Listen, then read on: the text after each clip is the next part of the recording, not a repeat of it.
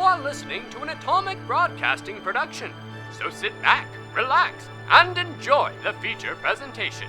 And remember, do your part, such as like, comment, rate, and don't forget to tell a friend to tune in for an Atomic Time.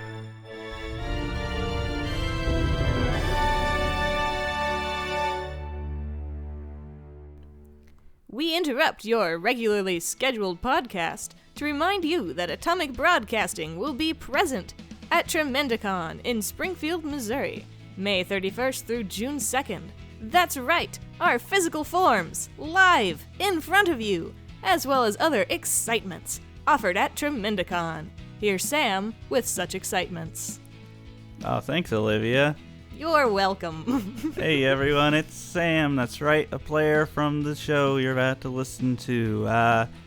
That's right, as Olivia just told you, Tremendicon is happening from May 31st to June 2nd in Springfield, Missouri. Tickets are still available right now. It's $30 for the whole weekend or just $20 for a Saturday. An excellent time to come on down. There's a lot of wonderful workshops about creators, helping other creators. There's multimedia presentations, there's woodworking, There'll also be several amazing artists to check out. So come on down and get to meet us. There'll be a few of us there. I'll be there, Olivia will be there, Abby, Jenkins, Jordy, and Sven should be there. We're going to be there almost the whole weekend, off and on, so if you come by at various times, you'll meet a various amount of us, and we'll also have some wonderful stuff to give away. We hope you really enjoy maybe some plants and such. There'll be a lot of great stuff. We really hope you'll come by and say hi. We'd love to talk to you guys if you come by, and we'd also love for you guys to help support this wonderful little convention. I say little, I'm not actually sure how big it is. It seems fairly sizable. It does. It's got just a ton of people from all over. There's going to be Cullen Bunn, and it's going to be really cool. Yeah, there's a lot of wonderful guests, a lot of wonderful panels, and a lot of wonderful people. So come on by, please. Check them out online. I think it's just tremendicon.com, and have an atomic time. Now, where did we leave off? Yes. A young kobold offered to join the team on their adventure, sparking a disagreement among the party. Val and Uver in particular getting into a shouting match. As Val stormed away in frustration, Zephyr and Neros followed behind. So, Sam, you met a fan. Yes, last weekend I met Darren. He is pretty cool. We got to talking about the podcast. He's very interested. He said that is actually the first podcast he listened to. Really? He's about... So he doesn't have standards, is what you're saying. He has nothing to relate it to as far as podcasts go.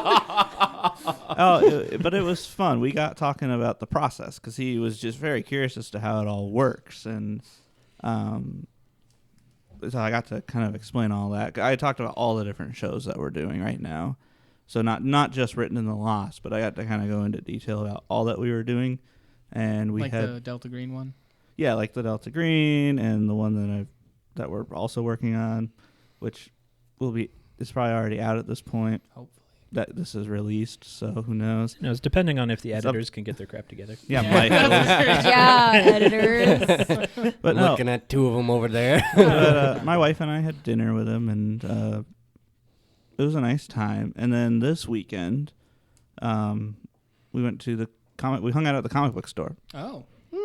Got to talk about comics and Star Wars and art, a lot of art discussion. So that was really fun. We didn't, but it was really nice. I like hanging out with people and meeting people. So this was pretty cool. Like, we've gotten messages from listeners and stuff before, but it's really fun to just hang around in Springfield and meet people that know us, even though we might not necessarily know them. And I thought it was pretty cool. We had dinner again last night. Neat. Which was at the place right next to the comic book store. So we just kind of went back and forth there and spent a lot of time. What's up? You want to plug the comic book store? It's a business. I mean, I guess it's Comic Force here in town. I used to go to them in Branson, and now they're in Springfield, and it makes things a lot easier. So you talking about somebody who really likes the show and is invested in it reminded me of a question that was asked to me by somebody who also listens to our show. Why does Albert like contracts so much? It's how he was raised. Man. He's in Cheliax. So, from my understanding of Cheliax, and Jordy, please correct me if I'm wrong, they worship two primary deities. They worship Abadar and then the one whose name I can't remember. The contract. Asmodeus. Thank you. Not so much Abadar, mostly Asmodeus. And Asmodeus is like the father of contracts. Yeah, he so like that's just how he was raised, and he knows that like if you don't have it in writing, you could be screwed.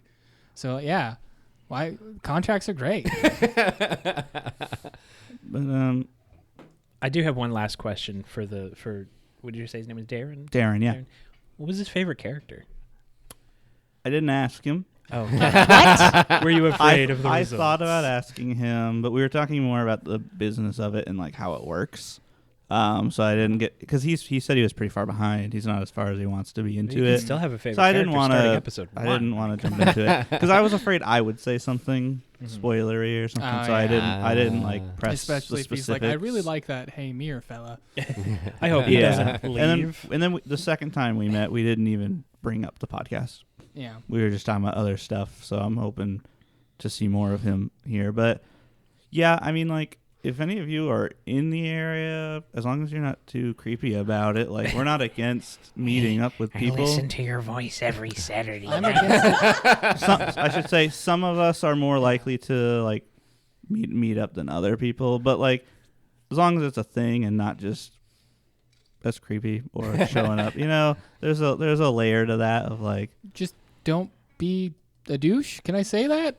yeah, basically. If there's, well, what's cool is if there's enough people in the area that want to get together for something, then we could just do a little meetup Yeah. We as do opposed like to like a one-on-one. Because I'm not gonna have dinner with all of you. VisionCon was this weekend. I know. Next year, 2024, we're gonna start going to some conventions. Hopefully. This will be out in 2024. This will be So out. we'll let you know. Time frames.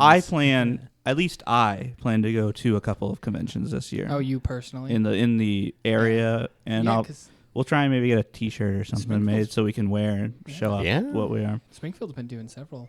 I know it's been great. It's been amazing. Yeah, I don't have any money. I feel you. So if It's a business expense. You can write it off. So when this comes out in 2024, and hopefully there are a lot of you out here that'd be interested in that, yeah, we'd totally like to meet up with some of you and see what you think of hopefully your favorite characters. Is this really coming out in 2024? Yeah, it is, man. This Well, episode? So far ahead. we should have the Discord up and running, so you guys can always just DM us on that. Yeah. Wait, is DM copyright? No. That's just Direct messaging. Because in Pathfinder we use GM. Okay. So everyone, Okay. A general GMS. message. General message us. General message. You could also generally message us on Discord. Send There us might a even- GM. Yeah. Speaking of GMs and general messages, let's jump back in. I don't want to. Do we have to leave? I was about to say. I've got a little scene for you guys first. I love Oh, scenes. snap. Lightning flashes with a loud crack of thunder. A cloaked figure drags a wizard who's kicking and yelling to a barn. The door opens and the wizard is tossed into the darkness. The door slams shut behind. Out of the darkness, Haymare speaks. It was a simple request. Let's pray you'll change your mind here. The wizard, grasping around for something in the darkness, mutters, What do you want?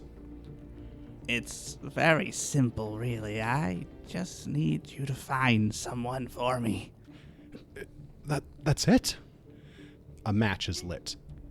Holding the match is not a hand, but more of a clawed talon sort of conglomeration of daggers that's protruding from the cloaked figure.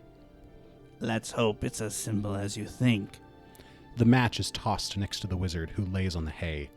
As the hay begins to catch fire, the wizard's eyes adjust to be able to see in this darkness. He looks over and he makes eye contact with a rotting corpse. Find my daughter like they failed to do. Or, The strange third arm begins moving against the wizard's neck. well, it's been getting hungry lately. Or it might just be getting a little bored. Now, find my daughter. We're getting a little impatient. And with that, I'm going to ask Abby, Sven, and Jenkins to leave, and we'll begin our closed sessions.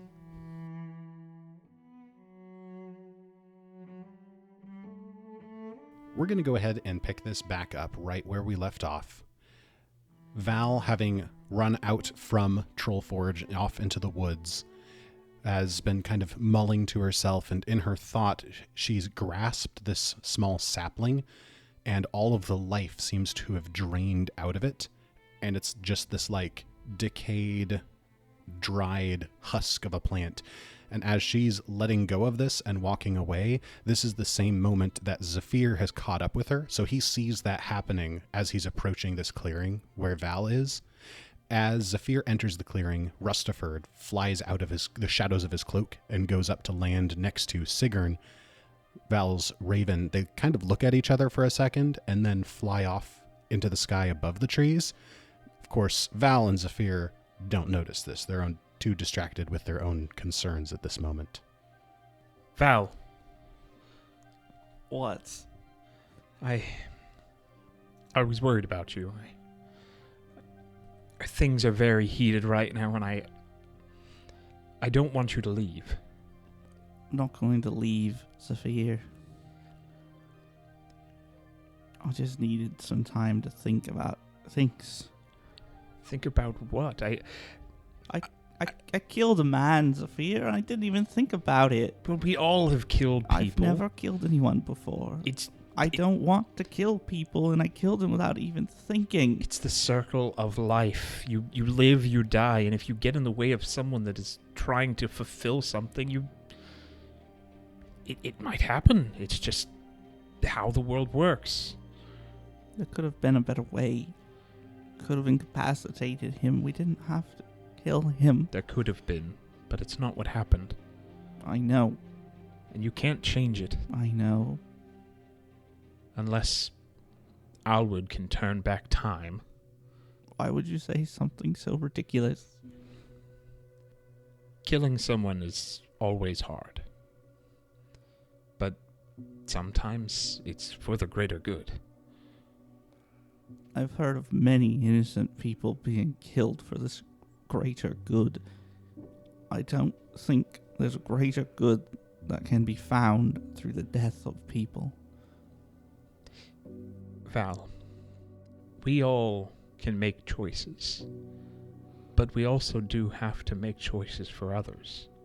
Otherwise, there's no connection. I've made a connection with many of you. I don't want to see that connection be broken, just because you want to give someone the freedom to allow it to happen. This isn't about... That kobold. I'm not saying that I want her to travel with us because it is dangerous. But if someone wants to leave, you can't force them to stay. And I believe strongly in those choices, because sometimes I don't know if I ever have made a single one myself. And that scares me sometimes. Were you ready when you left your father? I don't know. I don't know. I like to think so. Yes, I've made mistakes. I've been hurt. And she kind of motions to her missing arm. Lots of bad things have happened, but I am infinitely in a better place than if I had stayed. Even though it is difficult and hurt and painful and suffered, I'm all the better for all of that. I didn't get the choice to know if I was ready or not when I had to leave my family. I would have given anything to be able to make the decision. But when I left, I had no choice. I'm not saying... But I'm not trying to be a monster like that boogeyman who takes choices away from people. I'm trying to give her that choice. You weren't given a choice because of an evil monster. That's what I don't want us to be. Zephyr looks over at the sapling that is very out of place. Feels like you don't understand. I don't think I ever will, but that's all right. She sort of stands up from the water that she was sitting next to, and she's got a lot of tears running down her face. And she looks angry and frustrated and embarrassed. She kind of starts pacing. She's trying to think of something else to say. Yanks off her arm and just chucks it right at a tree and just goes, ah! So frustrating sometimes to not feel like I have any control over anything of my own life that's happening. I don't understand. So Val, I can guarantee you that from here on out, your decisions are your own, not mine, not the rest of the group, not your father's, not some deity. They're yours. I don't know if I can do that again. The last time I made a big decision, it didn't end well. We all make decisions. It wasn't just you. I'm not talking about that. And what are you talking about? Would you all mind taking off your headphones and plugging your ears for a second? No. I'm glad you wouldn't mind. I can hear myself. We cut to another angle, and we see Neros running through the forest on her way to catch up to the other two. As she goes, the camera slowly pans down, and we see a large black bird-like figure sitting on a tree watching her run. It moves as if it's about to take flight when it notices two other bird-like figures that we recognize as Rustiford and Sigrun flying in the sky, following as if to go along with Neros. The bird-like figure we see in the foreground settles back on the branch as if to wait.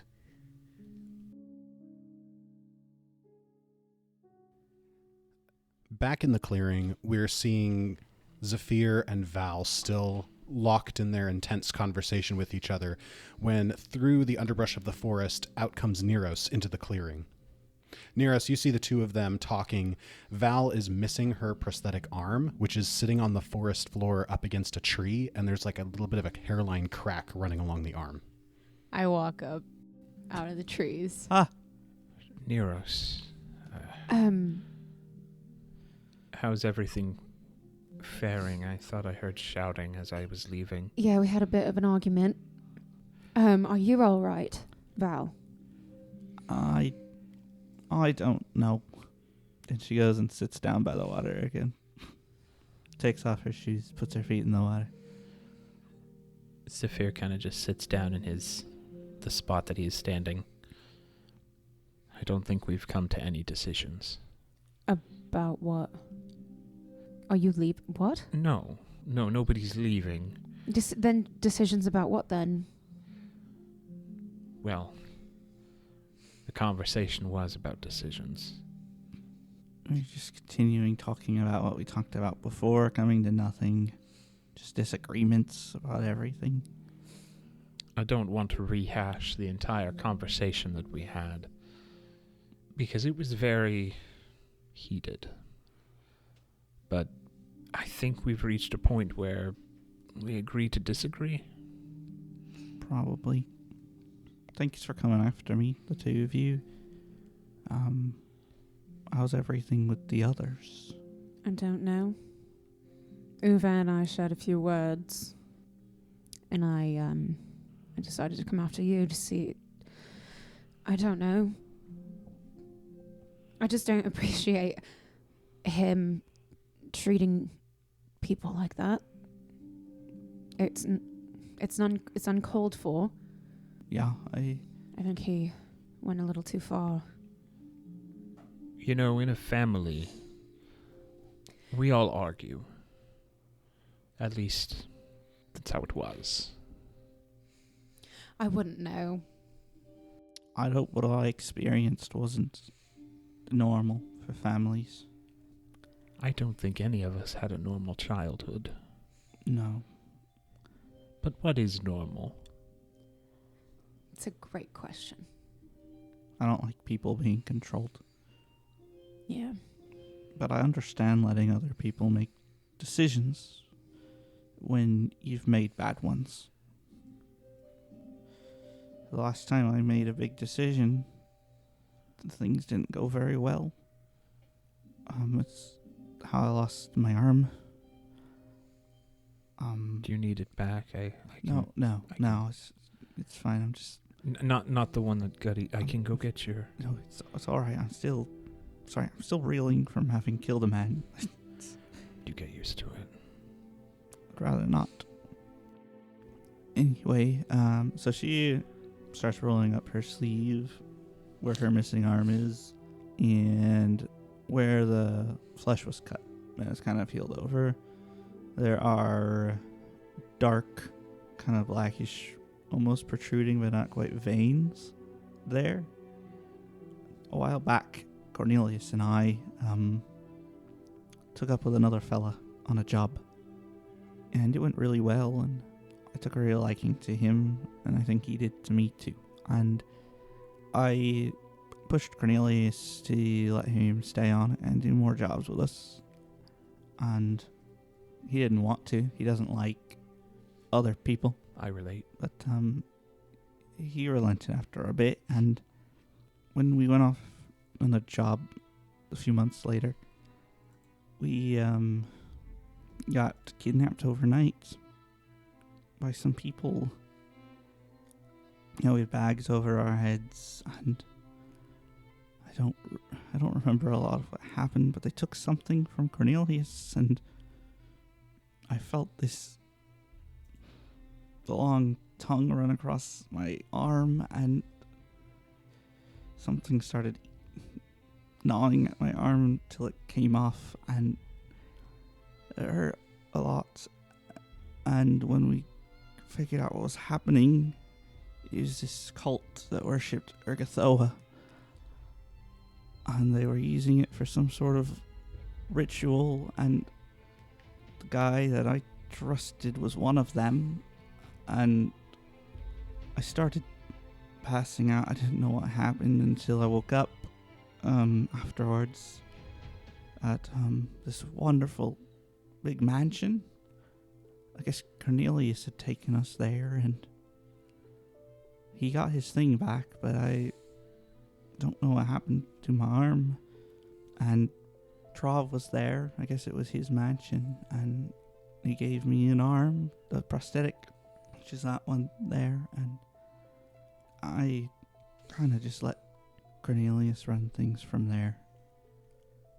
And I know I'm arguing a lot for choices and such, but I've also kind of backtracked on making choices for myself.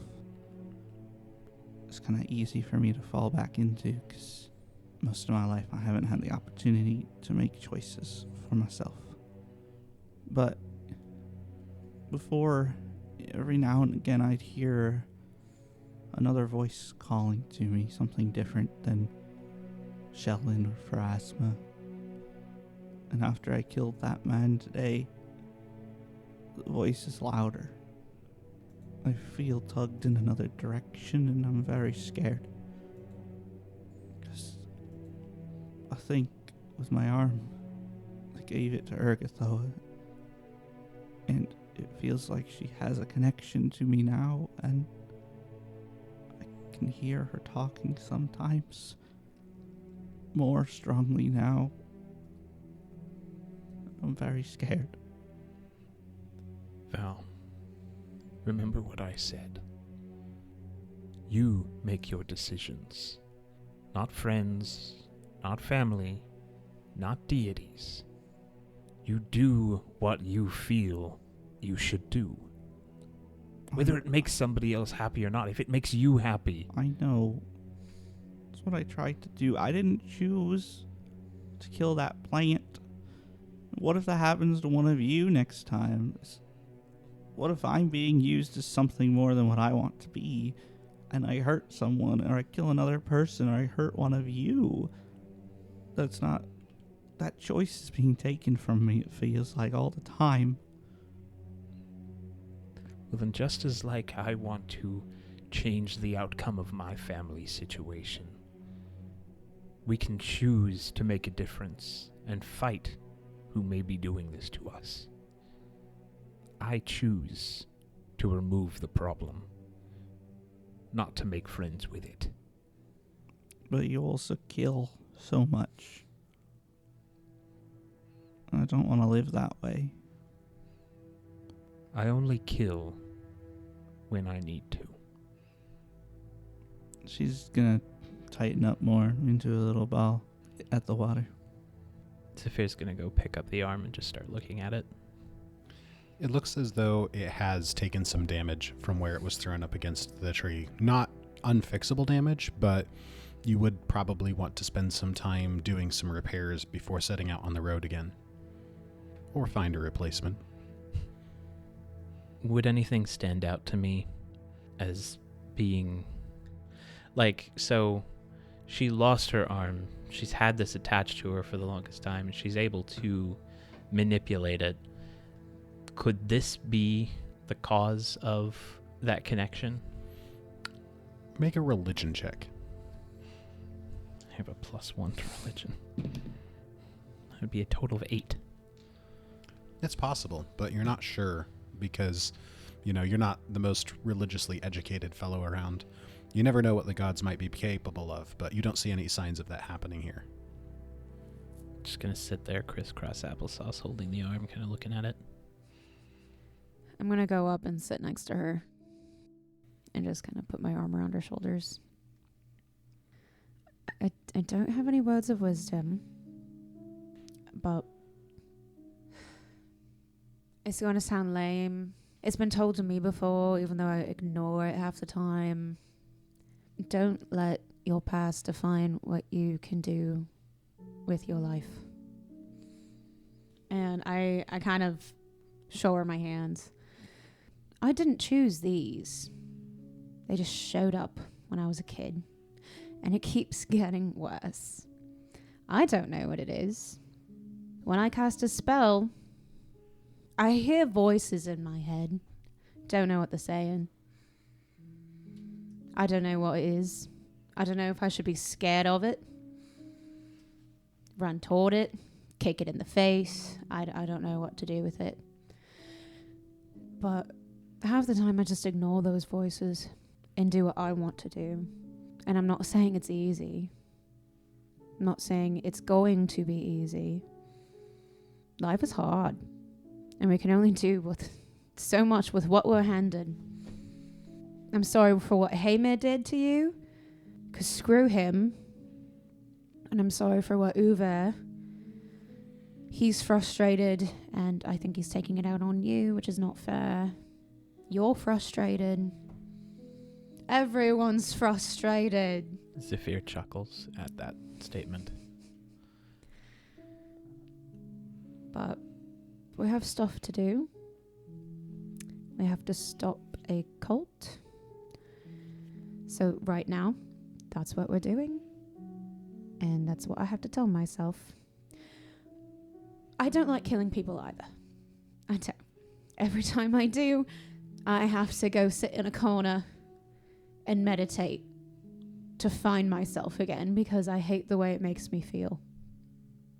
Because every time I kill a person, those whispers are louder. So, I can understand where you're coming from with that aspect, I guess. But, I'm here for you. If you ever need someone to talk to. I assume Zephyr is. I don't know whatever goes on inside his head. Nobody does. Yep. So, you have people that's not Cornelius. That's not your father. If you ever need any ear or a shoulder to cry on. I have 2 of them. I guess I'll be here if you need a hand. And he holds out the arm. She chuckles a little bit, grabs the arm. I've heard that a lot, the hand thing. I'm armed with so many others. All right, I'd rather you not continue that. Thank you both so much for being here. Well, I'm going to go out on a limb and say we've Stop it. solved this. Zafir, Yes. come here for a second. Okay. As you come up close to her, she pushes you into the water. And then she starts laughing a lot. I suppose I did need a bath after that. I get in my satchel and throw you a bar of soap. I just start scrubbing on top of my cloak and my... It's laundry day too, I suppose. His cloak becomes like 3 shades lighter. Whoa.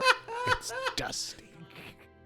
So, as Val's kind of regaining her composure and such and laughing a bit, she whistles down for Sigrun to come back.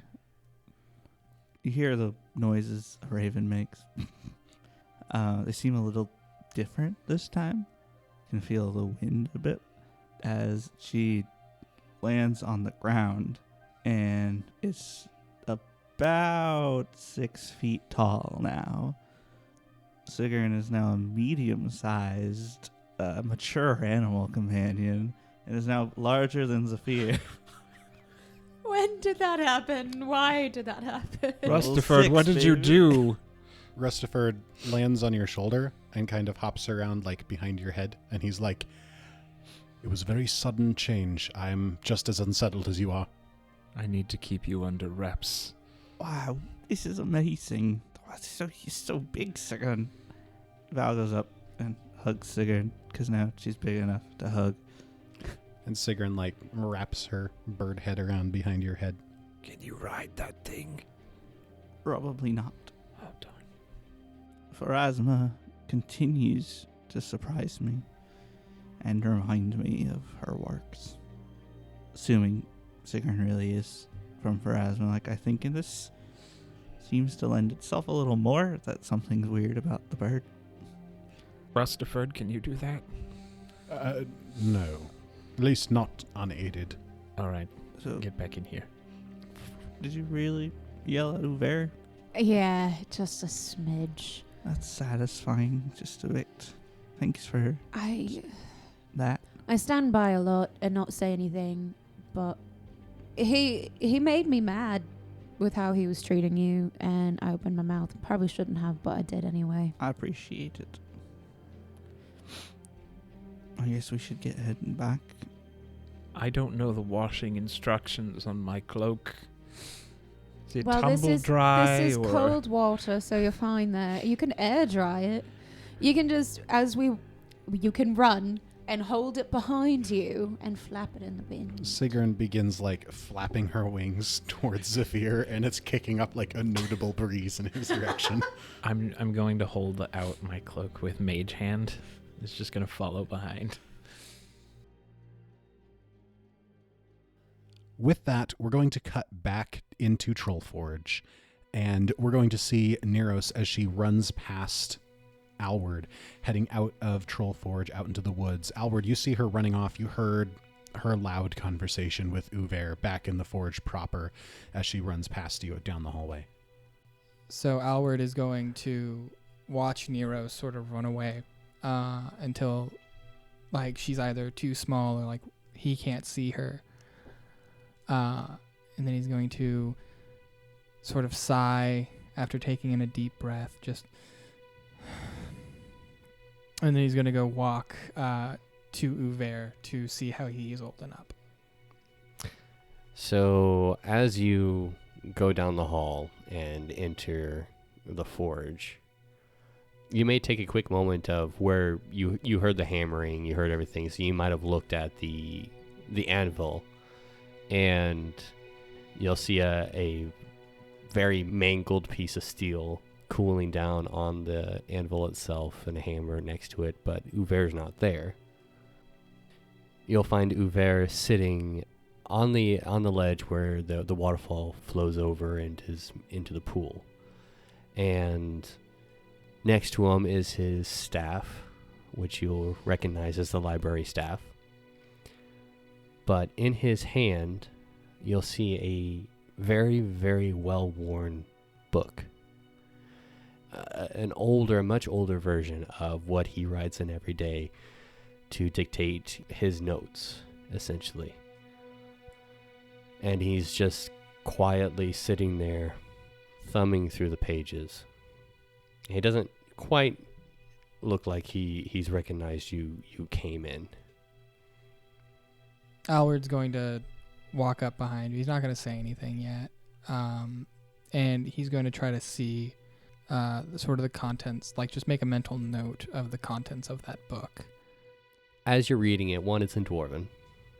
And as you're just kind of reading over his shoulder, you'll recognize a similar writing style to what you've seen Uver write, in the present and in the travels. But it feels younger. A young dwarf writing out his experiences. It's more exciting, less detailed analysis that you've come to recognize from his own personal notes. It's more of a journal and less of a scholarly report. And if you look at the dates, you will notice that these are dated to about 250 years ago. Alward takes a mental note of that and sort of sits down next to him, not putting his feet in the water, facing away, and is like, it's okay to be scared, right? Like, we're all terrified, I'm assuming. Maybe not Zephyr, but... I am not scared of death, my friend. No, I'm sorry, I don't mean to interrupt. I overheard your conversation. Everyone overheard your conversation, and I know you're not scared to die. You're very old, but I know you don't want us to die. You feel like we're wasting some time. I don't know if I'm a good judge of what is wasting time. I don't know where I am in time. I read this book. You see, the first book I started writing in to document my travels and discoveries over 250 years ago. And I have several of these books, you see. 300 years of memories, both in these books and in my own head. And I don't know how much of those are real, or how much is missing. Well, I can't really speak for loss of memories or for the realness of them, but if I've learned anything just within the past week is that everything is variable. So I don't think it matters what memories are real and what ones are missing, as long as you make them, you know? People will remember how you speak to them, will remember how you interact, even if you don't. So I don't really think that helps in this situation, but it is enough. As he sets the book down, and then it zoops into the library staff. Zoop. Yep.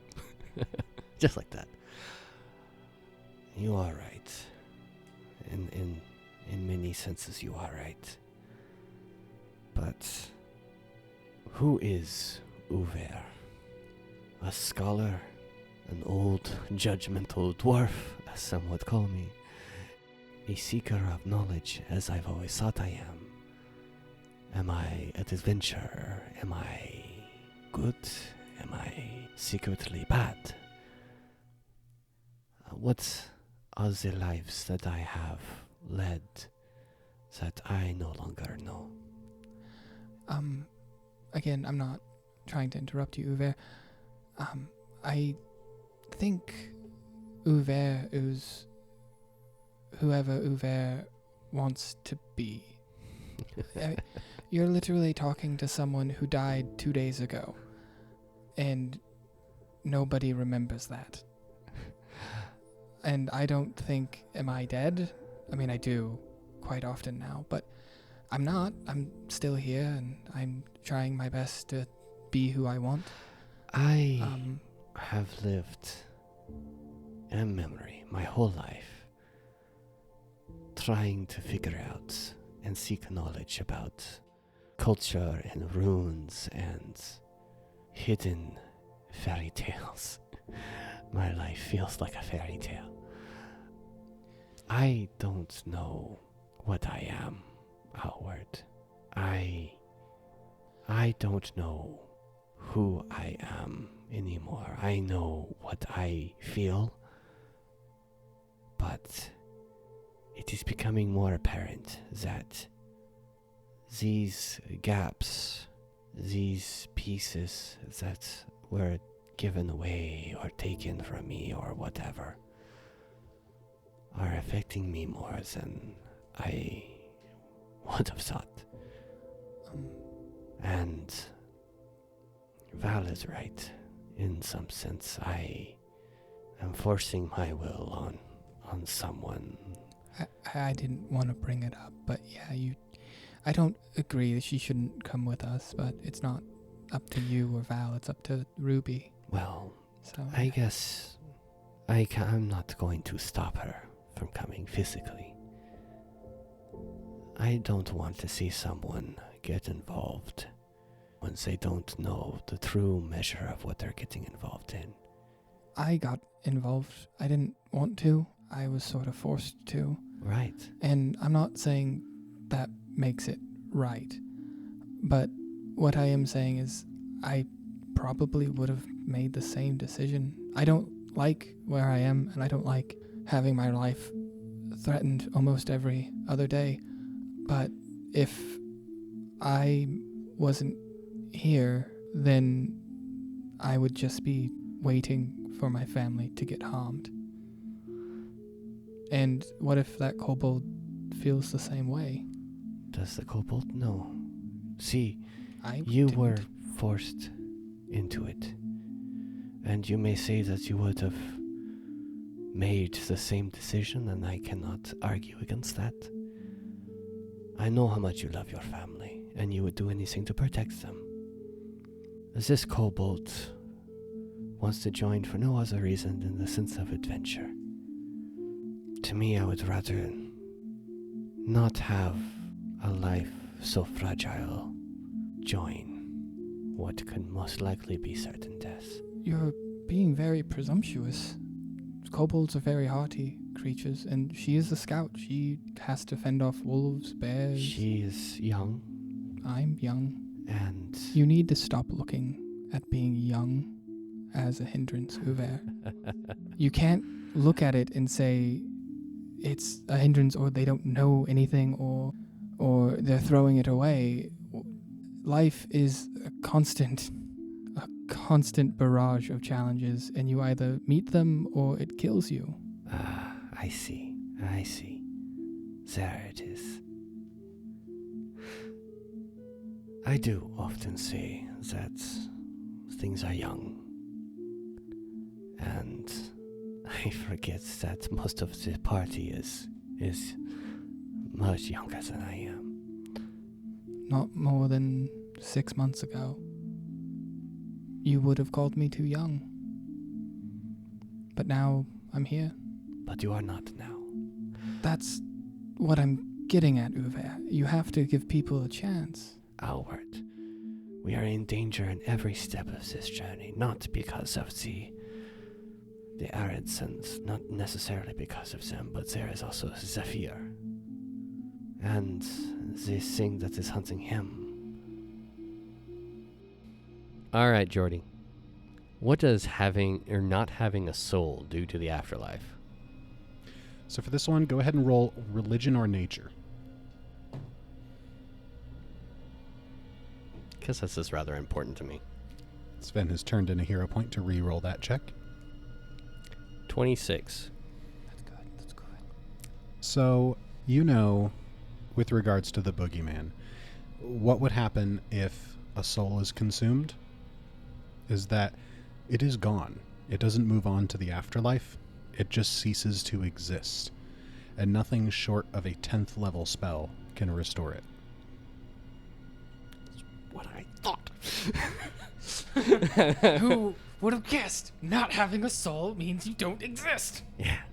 Worth the hero point. It is. Because you know this. This isn't Uver guessing. You've Yeah. read about this before. Yes. This is his memories finally catching up to him. Go figure. Actually, hold on. Uver grabs his staff, and suddenly there's a surge of energy, and another book pops out in his hand. And he slowly opens it and thumbs through the pages and turns it towards you. Howard, would you have joined this party if you had known this could happen to both you and your family?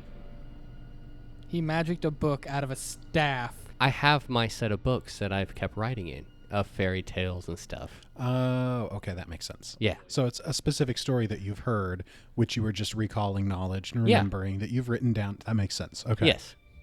So, Gotcha. there you go. That's not the point of what we're getting at, Uwe. I don't want her blood on my head. And I'm not saying we don't give them the options.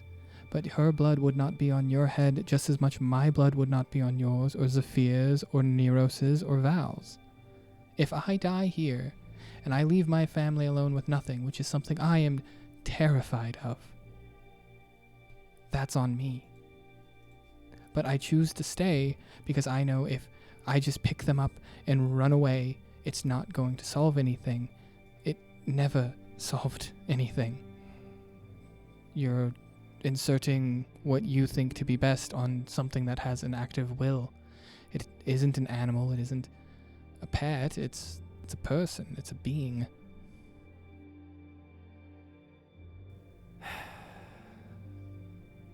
You're right about one very specific thing. You're right about a lot of things, but this isn't about the kobold.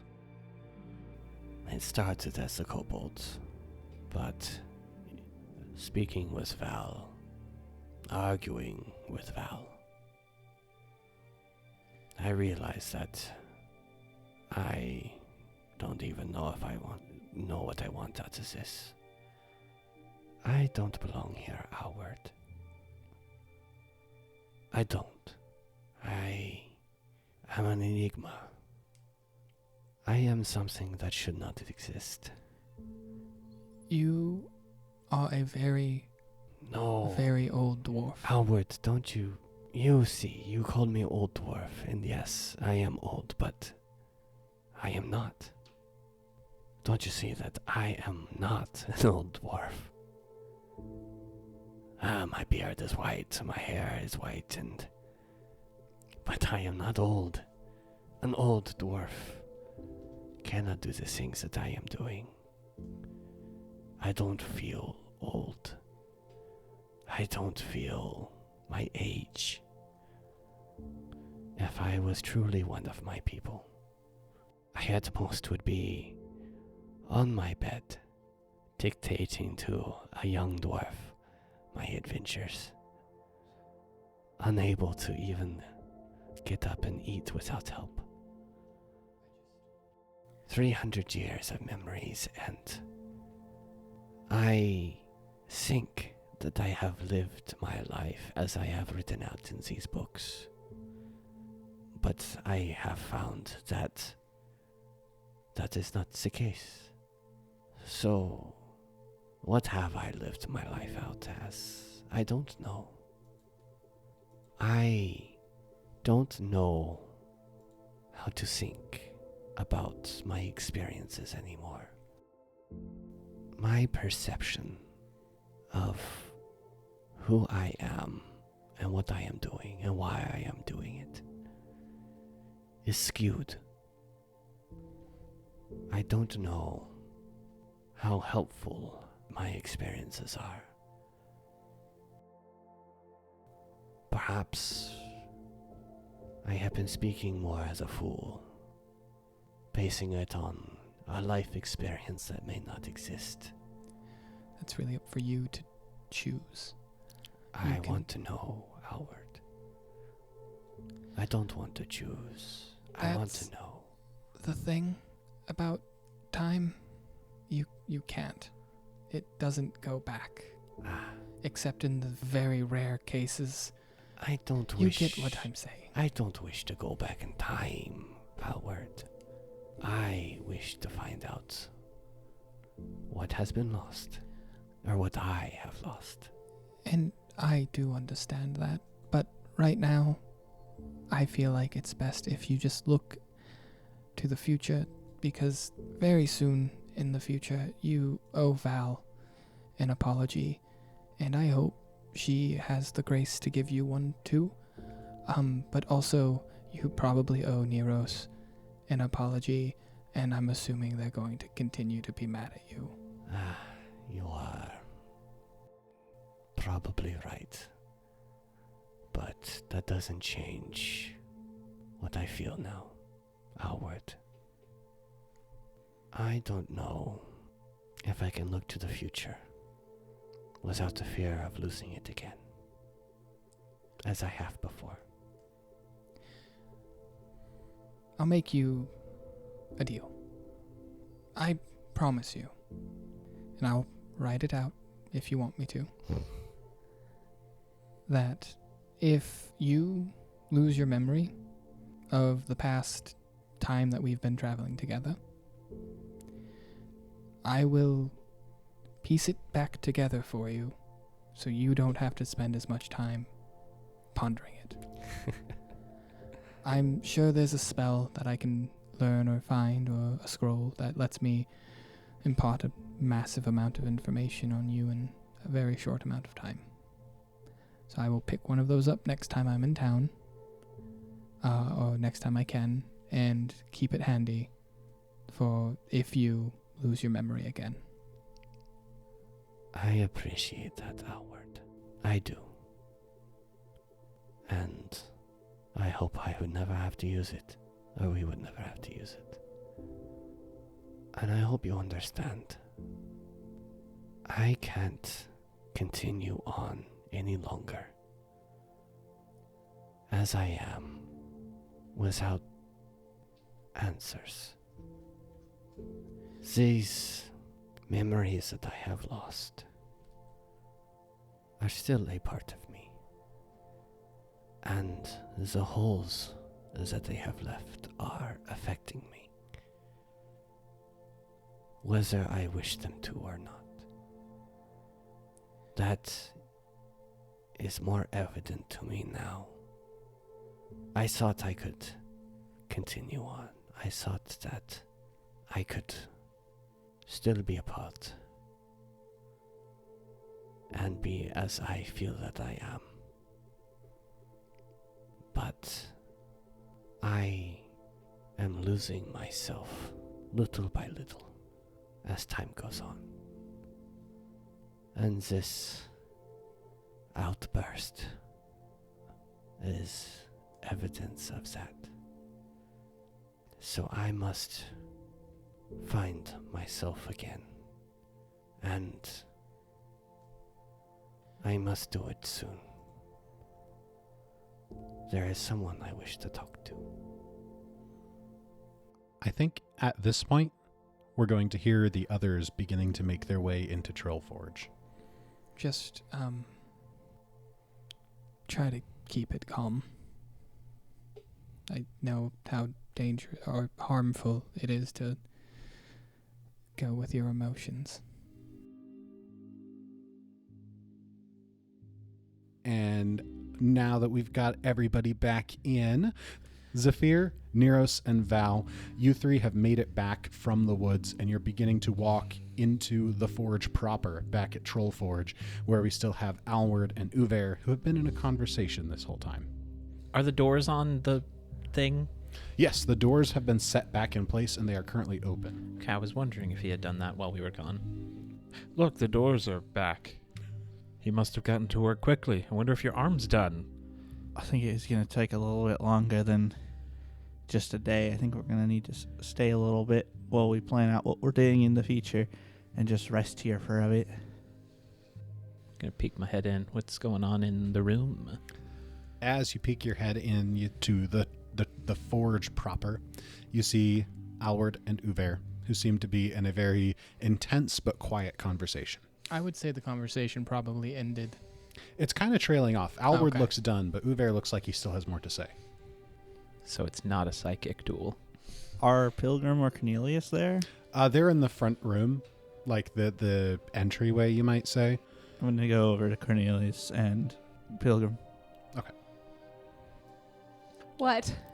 What's Neros doing? I'm gonna follow Val, because I don't want to be near Uver. Albert is going to stand up, look at Uver, and say, maybe give them some time, but, and then I'm going to walk to see what happens, see if everyone's okay. So as you walk into the entryway, the atrium area, you notice that Val is holding her prosthetic arm. It's in my bag. Oh, it's in your bag. So she doesn't have her bonus arm on. Bonus arm. When you actually see where the arm was cut, it's got these black veins in it. And when she sees you guys coming out, she lowers it down. Well, it's just me. I'm gonna head towards where Uver is and his room. The forge is now Uver's room. How fitting for a dwarf. Yes. Are you okay, Val, Neros? I'm fine.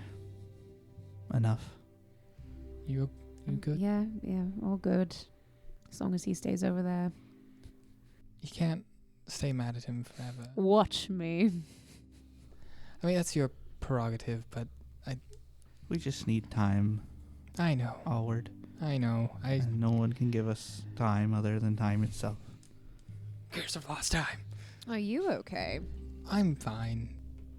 If it helps, and I doubt it does, I talked to him a bit, and he understands a little more about where you were coming from. But I just want to make sure everyone is okay and is at least able to attempt to look past it. And it's I didn't want you guys to come over here and brood. And I have a lot to think about. Call it brooding if you want. Meanwhile, in the forge, In Uver's room. at least you get a good room. So Zephyr is going to just walk in Mm-hmm. and immediately stand with his back facing the lava pit and just T-pose. Because he needs to dry his clothes. Oh, that's right. He's wet. He's very wet. He's Are very you guys wet? damp. No. It's just him. My feet are wet. there's little puddles where his feet have much did stepped you coming into the room. So what's Uver doing? I don't know what I'm staring at here. Like confused dwarf. Very confused Uver. Uver would just you would kind of see Uver being lost in thought, and as you walk in and just T-pose, you'd see him kind of come back into the present a little bit, and seeing you just outlined slightly in the light, dripping. He would just go, "Did you go swimming, Zephyr?" More or less. It was not my decision.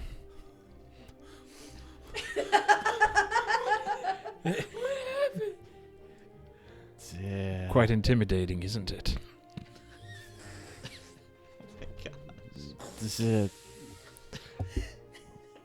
Why did you take an unintentional swim in this cold climb? Well, if it was unintentional, I couldn't give you a reason. True. I didn't. Who made you take a swim? Zephyr just lowers his arms. How dry do you think you'd be after Pretty- standing next to some lava? Pretty dry. You stood next to the lava, and you also had a bit of wind on the way over, too. Well, I may have been pushed. It's all right. I probably deserved it. I deserve a lot of things. So how did it go in here? I'm not sure I understand your question. Well, I mean, we had a wonderful conversation, for the most part. I was just wondering if you, I don't know, duked it out in here, or spoke, or, I don't know, did one of Alward's mind thingies. No. I figured maybe something was going on. Maybe you guys had an ice cream social, a tea party. No, we had a good conversation. A very insightful conversation, I would say. Well, that's very, very good. I'm not very good at this. Talking one-on-one. I know you aren't necessarily one of the people I really need to say this to, but I am sorry, Zephyr. The emotions that I was displaying, the words that I were saying were not all true. I still don't think this little kobold should come, but I would not force the kobold to do one thing or the other. That is foolish. She can follow if she wishes. I can't stop that.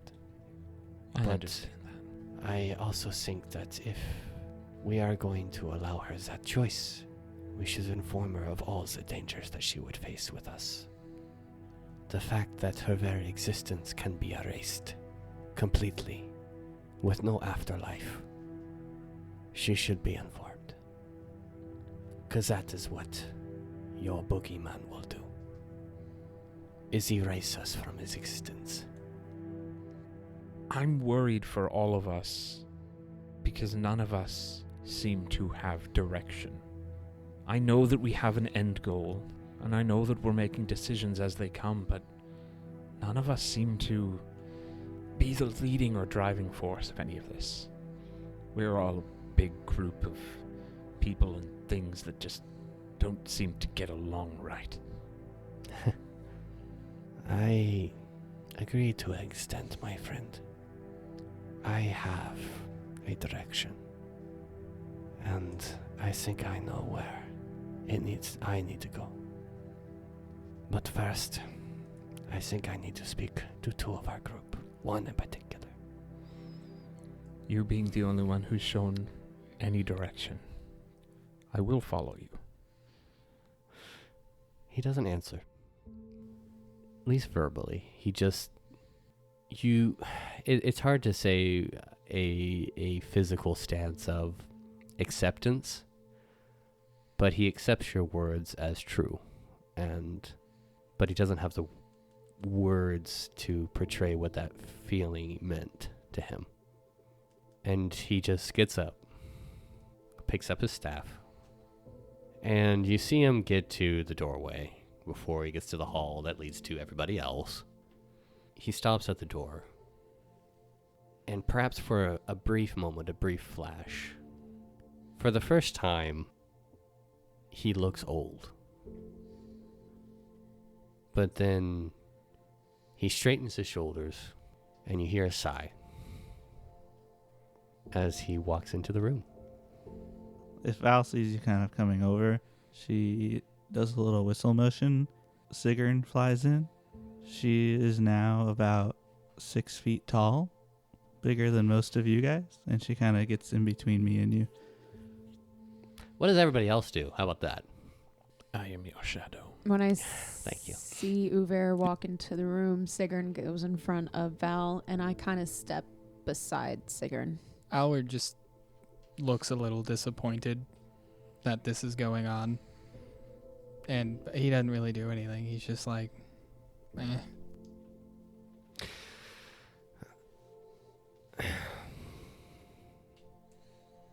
As all that happens, you, Neros and Alward, you'll see Uver walk in, and while it's not surprised, he looks disappointed. But perhaps not in the same sense that you're disappointed. His is more of an affirmation of what we discussed. I mean, dude, it's been like less than an hour Yeah. since Yeah, we like blew 10 up at minutes. each other. I'm not going to talk to you right now. It's still very fresh It's super fresh. for everybody. Overall, it's been about a half an hour. I want that to be longer. Too bad. In the grand scheme of things, you could have cooled off at least a little, and she may still be holding a grudge. With what you've told me is going through Uver's mind, Mm-hmm. I feel like Uver is actually not thinking about the amount of time that's elapsed since that conversation. He's thinking more about the amount of time prior to that conversation. So then it would make sense for him to not really be thinking about this just happened a half an hour ago, because he's thinking more in terms of everything else. I realize that emotions are high now, and I am sorry for that. I know I said words that were unnecessary and not right. And I realize that you are upset, and understandably so. I am sorry. I truly am. And I feel that the words that I spoke weren't really about the Cobalt, Ruby. I think that's obvious for everyone. Let him cook. As I've continued traveling with all of you, I've done so under the idea that I knew who I was, that I had all of this experience, 300 years that I was guiding you along, and being helpful in that manner. A simple guide. But I don't know. I have no idea who I am, truly. And I can no longer ignore that. I am leaving. I would like to interject for the audience's benefit. Everyone in the room just sharply turned to look at Sven. I am heading to a place where I think I can find answers. And I'm going to go soon. But I am not going to say I am going to go alone. I am going to the forest. We have business there. I have business there. If you wish to follow, I will welcome you. If you wish to part ways, then I wish you all the best. And if I find my memories and the answers I seek, I will do my best to seek you out, each of you. And I will still fight this fight, even on my own. But I don't think that a dwarf who has lost his past can best fight for the future. Alward just feels like you completely missed the point of our conversation now. And he's just looking at you like, what? That's where I said I don't think any of you truly understood Uver to an extent, I agree with that. including I just Alward. want to No, say I never thought I did. There were no moments. called it. So as you trail off, Zephyr is just kind of standing behind you about 10 feet with his jaw just straight down. From the other side of Sigurd. Val kind of says, none of us here, I don't believe, know who we are. But I've learned more about who I am since I've met my friends here. And I don't think you should go alone. As much as we might disagree about some things, you are a good man. And you shouldn't cut yourself off to try and find answers. Wise words, Val. And I take them seriously. I don't wish to go alone. If I thought that I could continue on as I am, I would. It is if I am forging ahead in this world with the void pulling me back. It is also not my past that I am searching for, not only my past, but the past of others, and he glances at Neros. But if I find out more about what I have lost, I think it will shed light on the fight that we are in now. You are an incredibly selfish and thick-headed old dwarf. We have to make a stop by a town first, but I suppose the forest is the next best place as any. You can't run away. I made a promise, remember? How am I supposed to keep track of everything you do if you're not with us? Zephyr's mouth is drying out. When are you planning on going? Tonight? Tomorrow? Tomorrow. I'm not giving you an answer tonight. I'm just not. I understand where you're coming from. I get it. But I'm too much in my head right now. Then I will ask tomorrow. And I understand. Oh, he understands something. For once. Yes, I guess for once.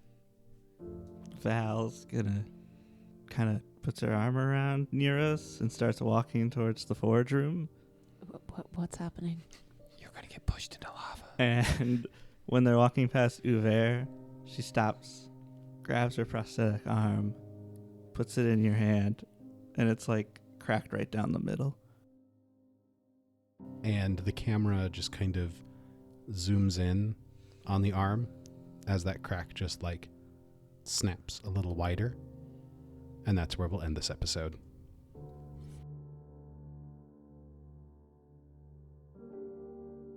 This has been an Atomic Broadcasting production. Pathfinder, Galarian, and the Lost Omens world setting are copyright of Paizo. More information at paizo.com. Music in the show is from Monument Studios' collection, as well as assorted artists, with some original tracks composed by Jordy Hake. More details in the description. If you enjoyed the show, please remember to share with a friend, and we'll look forward to seeing you again next time.